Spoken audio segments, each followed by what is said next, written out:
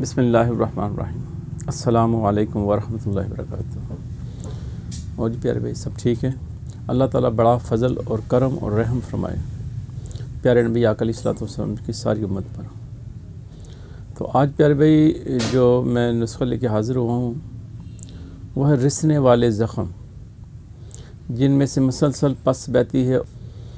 तो उनके लिए आसान नुस्ख़ा है, हर घर में बना सकते हैं। थोड़ी मेहनत तलब है ज़रा, लेकिन सस्ता भी है और आसान भी है। एक तो आपने लेना है तंबाकू, एक छटाक लेना है और एक छटाक बरगे किक्कर। दोनों खुश्क होने चाहिए बड़ी अच्छी तरह। अगर खुश्क नहीं है तो उनको धूपें लगवा के 2-3 धूप लगवा के तो खुश्क कर लें, बिल्कुल ड्राई कर लें। उसके बाद उनको अलग अलग ग्राइंड कर लें या चटपटे से जैसे भी आप बारीक करना चाहिए बारीक कर लें।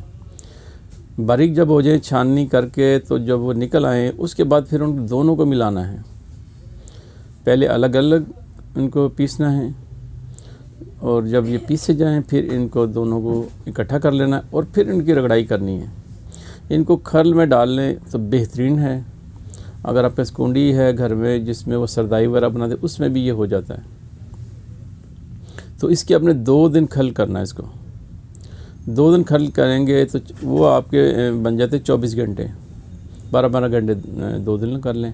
या इसको आप अगर ज़्यादा दिन टाइम भी रखना चाहें, मतलब रोज़ के 2 घंटे कर लिया, 1 घंटा कर लिया, आधा घंटा कर लिया, फिर भी ठीक है।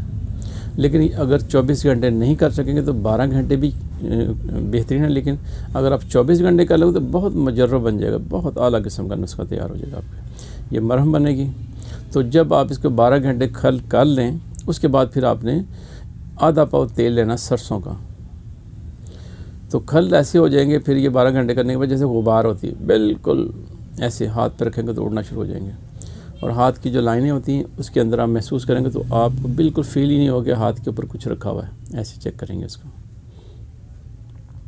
इसके अंदर तेल आपने सरसों का तेल आपने आधा पाव डाल देना। डाल के बस चंद मिनट रखेंगे तो इंशाल्लाह वो तैयार हो गया। अब उनके ऊपर आप जहाँ ज़ख़म है वहाँ पे आप लेप करें, आप पट्टी करें, जैसे भी मुनासिब समझें उसको आप इस्तेमाल कर सकते हैं। जो ज़्यादा बहने वाले हैं जहाँ पट्टी नहीं हो सकती या ज़्यादा है जैसे पस मुसलसल बहती है तो अब उनमें क्या होता है कि वो पट्टी तो हम 2 दिन के बाद या 1 दिन के बाद पट्टी करते तो फिर वो नाकाफ़ी होती है।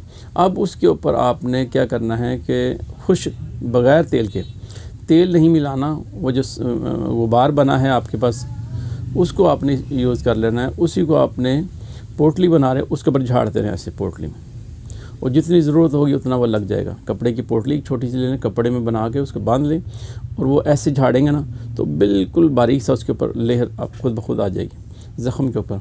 तो ये दिन में 4 बार 5 बार अगर वो देखें कि आप इसको ज़्यादा बार भी कर सकते हैं, मतलब 2-2 घंटे बाद भी कर सकते हैं। जितना ज़्यादा करेंगे उतनी जल्दी ज़ख़म खुश्क हो जाएगा, ना कि खुश्क होगा बल्कि इसकी जो रूट्स वगैरह हैं जहाँ से रेशा आ रहा है वो भी अल्लाह के फजल व करम से बंद हो जाएंगी और ये रेशा रूट्स खुद ब खुद सुगड़ के बारीक हो के तो छोटा सा ज़ख़म रह जाएगा।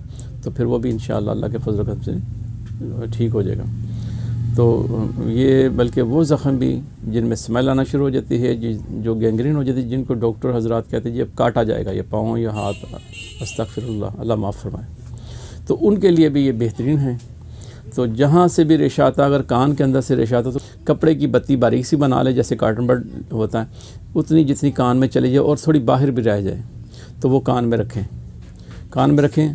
उसके बाद फिर वो बदलते रहें 2-2 घंटे बाद, घंटे बाद। अगर टाइम नहीं है तो आप सुबह शाम भी इसको कर सकते हैं, लंबा अरसा भी रख सकते हैं।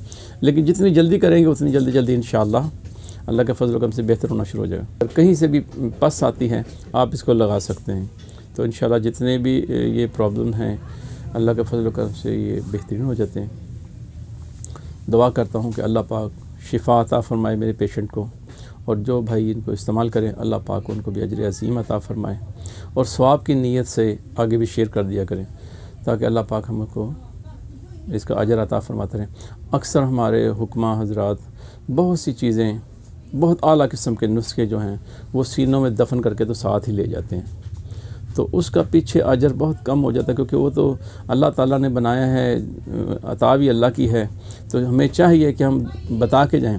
वैसे तो अल्हम्दुलिल्लाह, ताकि जहाँ तक मैं नहीं पहुँच सकता वहाँ तक मेरी आवाज़ पहुँच जाए।